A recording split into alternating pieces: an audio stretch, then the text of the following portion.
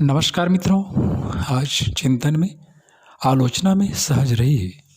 जीवन में कई बार ऐसी परिस्थितियां सामने आती हैं जो असह्य होती हैं और मन को खिन्न, विषण्ण, दुखी तथा उदास बना देती हैं।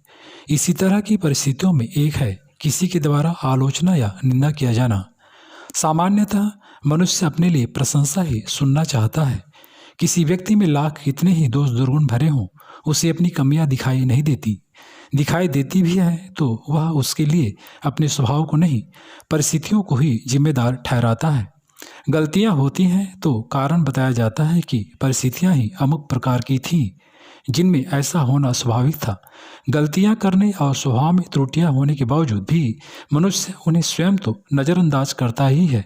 अपने साथियों, मित्रों, परिचितों और अन्य लोगों से भी यह अपेक्षा करता है कि वे भी उन परिस्थितियों को नज़रअंदाज कर दें। एक तो मनुष्य को अपनी कमियां, त्रुटियां कम ही दिखाई देती हैं और दूसरे दिखाई भी देती हैं तो वह इतना असहिष्णु, अनुदार होता है कि किसी और के द्वारा उनकी ओर इंगित किया जाना सह नहीं जाता। इसे व्यक्ति का अहंकार भी कह सकते हैं कि वह दूसरों को अपने दूरदर्शन का अधिकार देना नहीं चाहता और यदि कोई उसके दोष देखता या बताता है तो न केवल दुखी होता है वरन उनका प्रतिकार करने के लिए भी कटिबद्ध हो जाता है। अपनी निंदा, आलोचना को न सह पाना एक कमजोरी ही कही जाएगी। इसी तरह की कमजोरी की मनुष्य सूख कर अनुकूल परिस्थितियों की कामना करता है और दुखमयी प्रतिकूल परिस्थितियों से घबराकर दूर भागता है।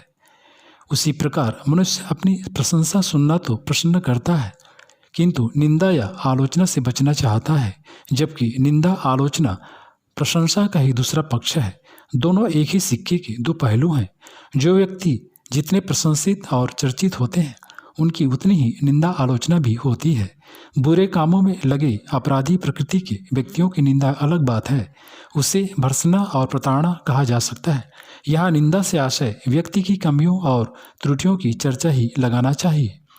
जिस स्तर की निंदा, आलोचना को सहज भाव से लिया जा सके तो व्यक्ति को अपने आप का सुधार करने के लिए भारी मदद मिलती है और यदि व्यक्ति दूसरों के द्वारा की गई आलोचना को रचनात्मक दृष्टि से देखने लगे तो उसे अपने उत्कर्ष में इतनी सहायता मिलती है कि उसे सहज ही अपनी सुधार की दिशा मिलती है।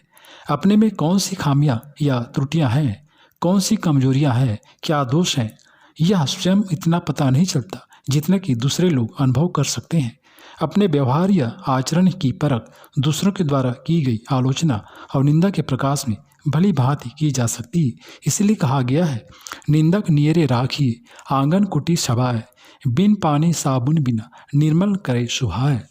निंदा, आलोचना दुराग्रहवश भी की जा सकती है।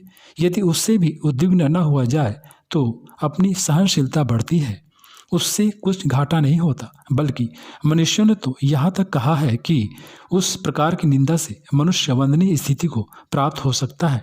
पाणिनि ने तो निंदा को भी एक रस मानते हुए कहा है, जैसे श्रृंगार, वीर आदि रस के साथ सामिक दृश्य एवं भावों के प्रदर्शन में आनंदानुभूति होती है, उसी प्रकार निंदा रस के प्रवाह में भी रसास्वादन होता है।